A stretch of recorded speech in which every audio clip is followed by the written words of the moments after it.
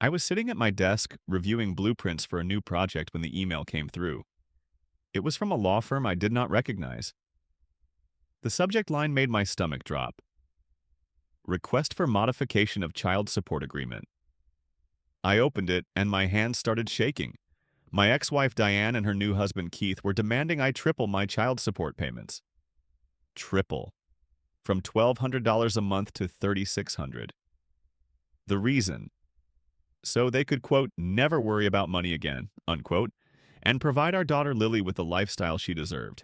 Before I tell you how this ridiculous demand turned into the biggest mistake they ever made, let me know where you are watching from in the comments below. Hit that like button and subscribe, because what I uncovered will show you exactly why you should never let anyone take advantage of your hard work and love for your children. Now let me take you back to where this mess really started. Diane and I got married 8 years ago. Back then, everything felt right. She was working as a marketing manager for a tech startup, and I had just landed a solid position as a mechanical engineer at a manufacturing company. We were young, ambitious, and genuinely in love. Or at least I thought we were. When Lily was born, I felt like the luckiest man alive. She had these big, curious eyes and a smile that could light up the darkest room.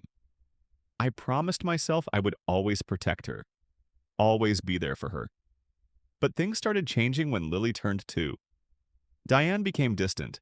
She started taking more business trips, coming home late, and her phone was always face down on the table.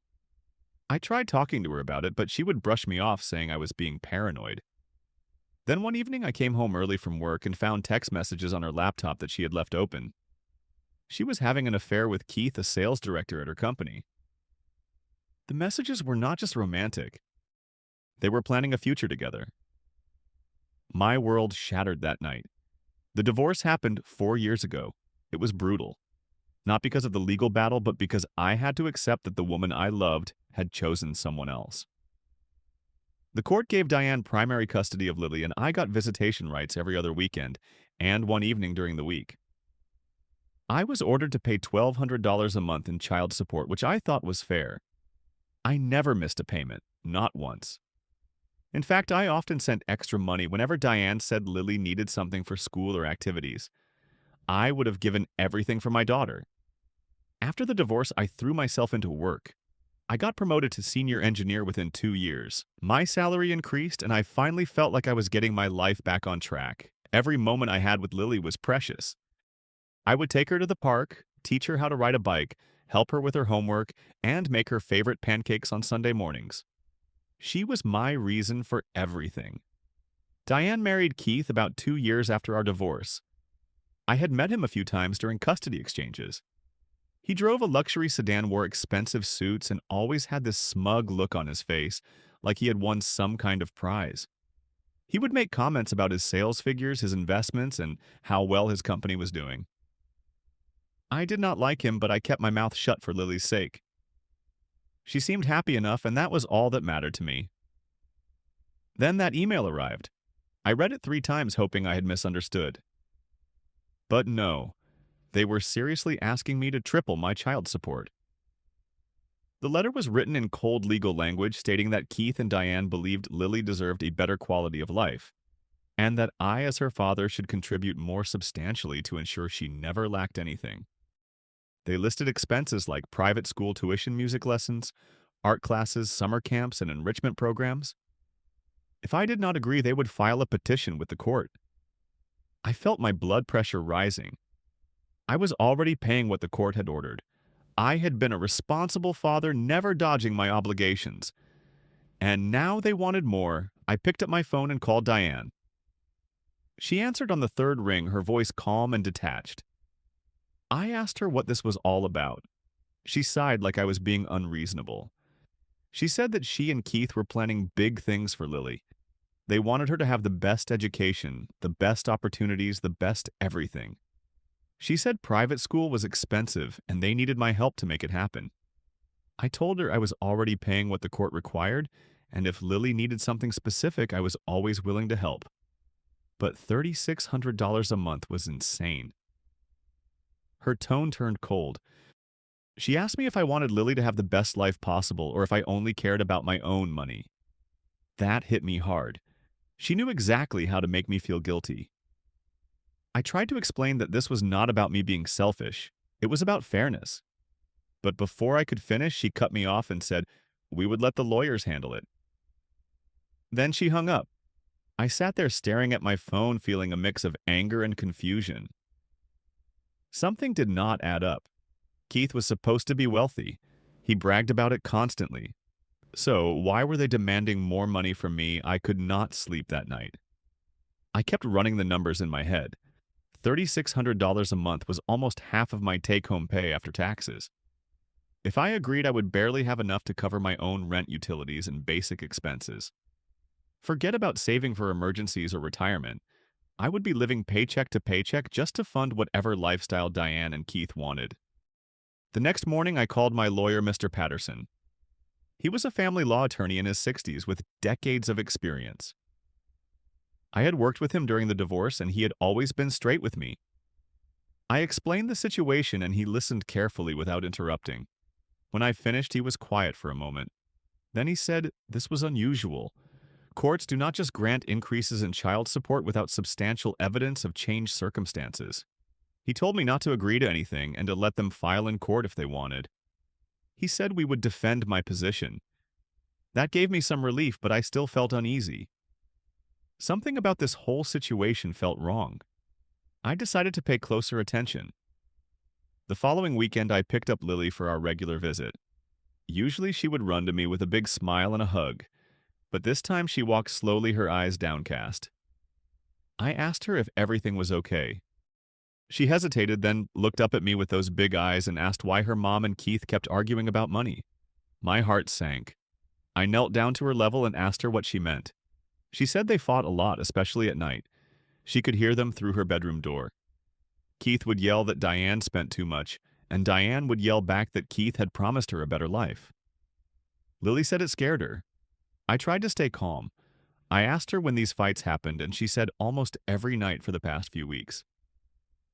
She also mentioned that her mom had been buying lots of new clothes and taking her to fancy restaurants, but then Keith would get really mad afterward. I hugged her tight and told her everything would be okay. But inside I was furious. If Keith was so wealthy, why were they fighting about money?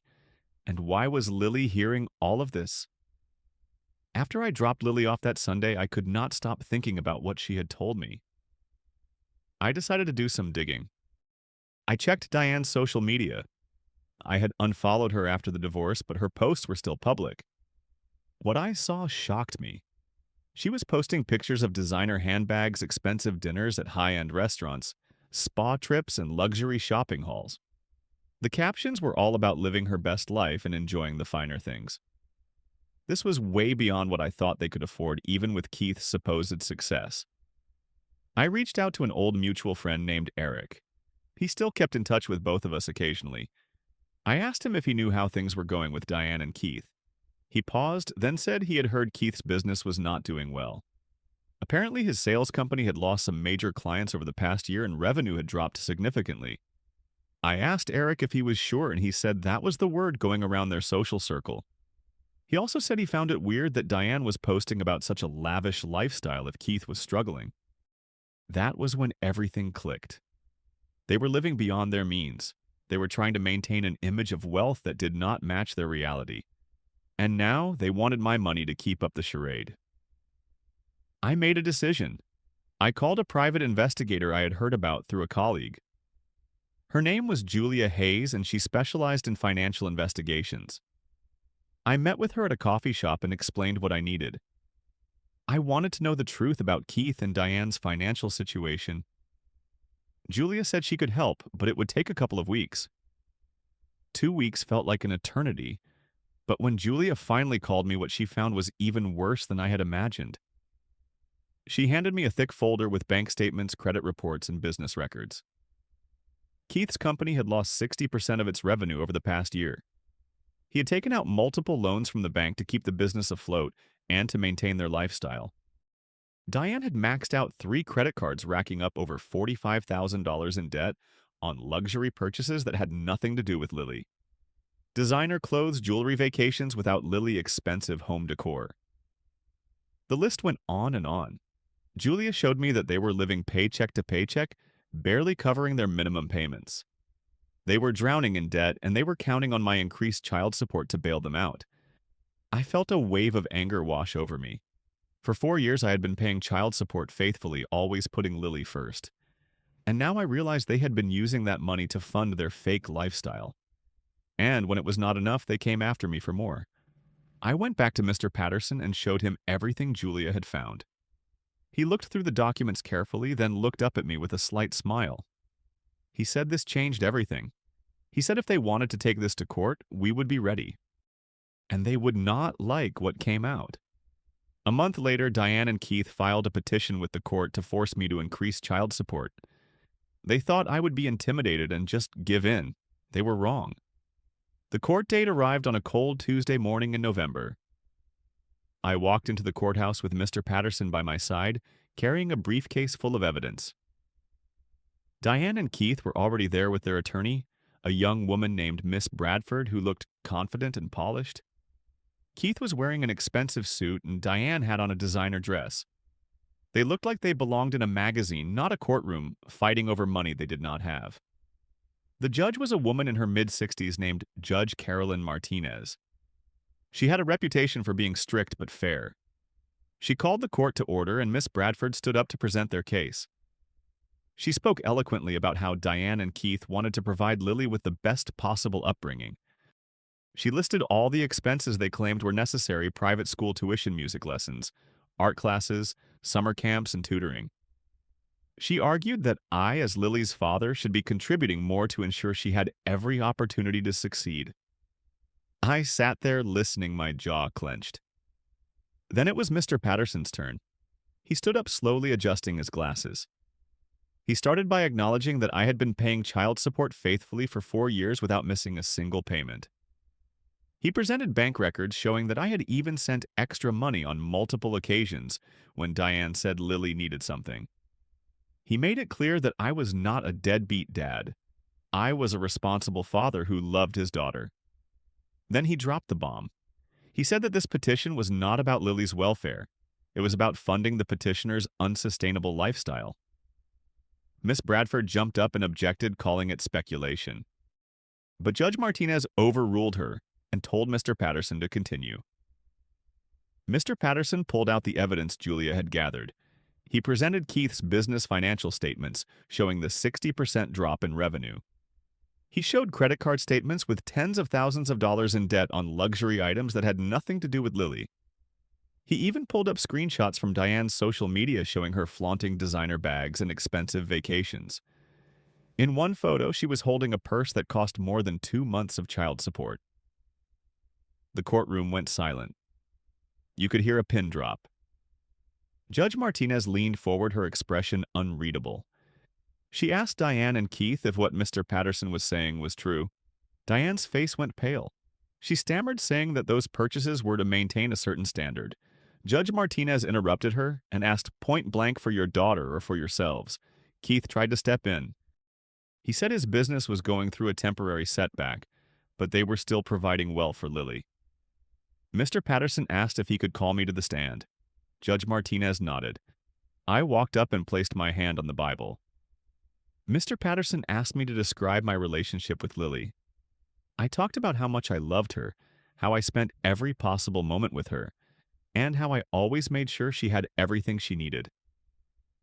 Then he asked me if Lily had mentioned anything unusual recently. I took a deep breath and told the court what Lily had said about hearing Diane and Keith argue about money at night.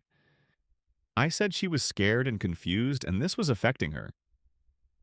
Judge Martinez turned to Diane. She asked if it was true that she and Keith argued about finances in front of Lily. Diane could not deny it. She admitted that sometimes tensions ran high. Judge Martinez sat back in her chair and looked at both sides. Then she spoke. She said she had reviewed all the evidence carefully. She said I had been a responsible father, meeting my obligations, and even going above and beyond when needed. She said Diane and Keith, on the other hand, had demonstrated financial irresponsibility and poor judgment. Then came the verdict. Judge Martinez denied the petition to increase child support. She said there was no valid reason to increase my payments, but she did not stop there. She also ordered a review of the current custody arrangement to ensure Lily was in a stable and healthy environment. She said the court would be looking into whether the current living situation was truly in Lily's best interest. Diane looked like she had been slapped. Keith's face turned red. Miss Bradford tried to object, but Judge Martinez had already made her decision. Court was adjourned. As we walked out of the courtroom, Diane tried to approach me. Her voice was shaky. She said they had not meant for things to go this way. I looked at her and said she had tried to use our daughter to fund her lifestyle. She had put Lily in the middle of her financial mess. I told her I was done being manipulated. Then I walked away. Over the next few weeks, I heard through Eric that things had fallen apart for Diane and Keith. They had to sell their big house and move into a smaller apartment. Diane went back to working full-time, and Keith had to shut down his company and take a job working for someone else. The luxury lifestyle they had been flaunting on social media disappeared overnight. I did not feel happy about their downfall. I just felt sad that it had come to this. But I also knew I had done the right thing. I had stood up for myself and, more importantly, for Lily. After the court review, Judge Martinez modified the custody arrangement. I was granted more time with Lily. Instead of just every other weekend, I now had her 3 days a week. It was a huge change, and honestly, it felt like a second chance. Lily adjusted quickly. She told me she liked being at my place because it felt calm. She did not have to hear arguments about money anymore. We fell into a routine. I would make her breakfast before school, help her with homework in the evenings, and we would spend weekends doing things she loved, like going to the science museum, baking cookies, or just watching movies together. One Saturday afternoon, we were sitting on the couch, and she looked up at me and said, "Dad, I like being here. It feels safe." Those words meant everything to me. I hugged her and told her she would always be safe with me. I promised her that no matter what happened, I would always be there for her. I also started teaching Lily about the value of money. Not in a preachy way, but through everyday moments. When we went grocery shopping, I would show her how to compare prices and make smart choices. When she wanted a new toy, we would talk about saving up for it instead of just buying it impulsively. I wanted her to grow up understanding that money was not something to flaunt or waste. It was a tool to build security and stability. At first, I struggled with my own anger. I kept replaying everything in my mind. How Diane had tried to manipulate me. How they had used Lily as a pawn. How they had lived so recklessly while demanding more from me. It ate at me. I found myself lying awake at night, clenching my fists, replaying the courtroom scene over and over. But then I realized something. Holding onto that anger was only hurting me. It was not changing the past, and it was not helping Lily. So I decided to let it go. Not for Diane or Keith, but for myself. I started going to a support group for divorced parents. It helped to talk to people who had been through similar situations. I learned that forgiveness was not about excusing what someone did. It was about freeing yourself from the weight of bitterness. Around that time, I also started dating again. I met a woman named Harper at a community event. She was a third-grade teacher, kind patient, and had this warm laugh that made you feel at ease. We started talking, and I told her about my situation. She did not judge me. She listened. And when she met Lily for the first time, they connected instantly. Harper would bring books for Lily, help her with art projects, and the three of us would go on weekend hikes together.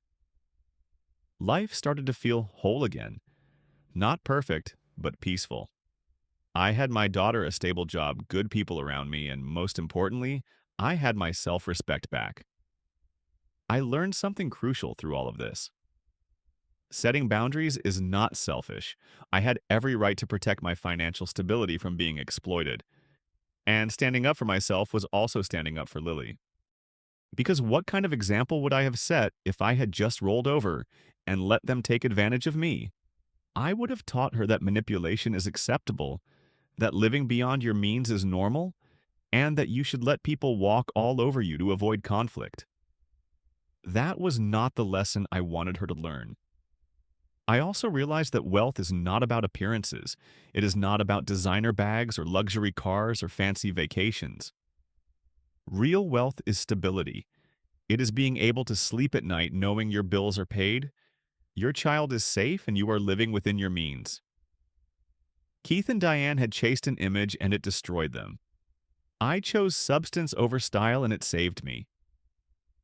Being a father is not just about providing money. It is about being present, being honest, and teaching your children the right values. Lily did not need a private school or expensive summer camps to thrive. She needed love, stability, and a parent who showed up for her.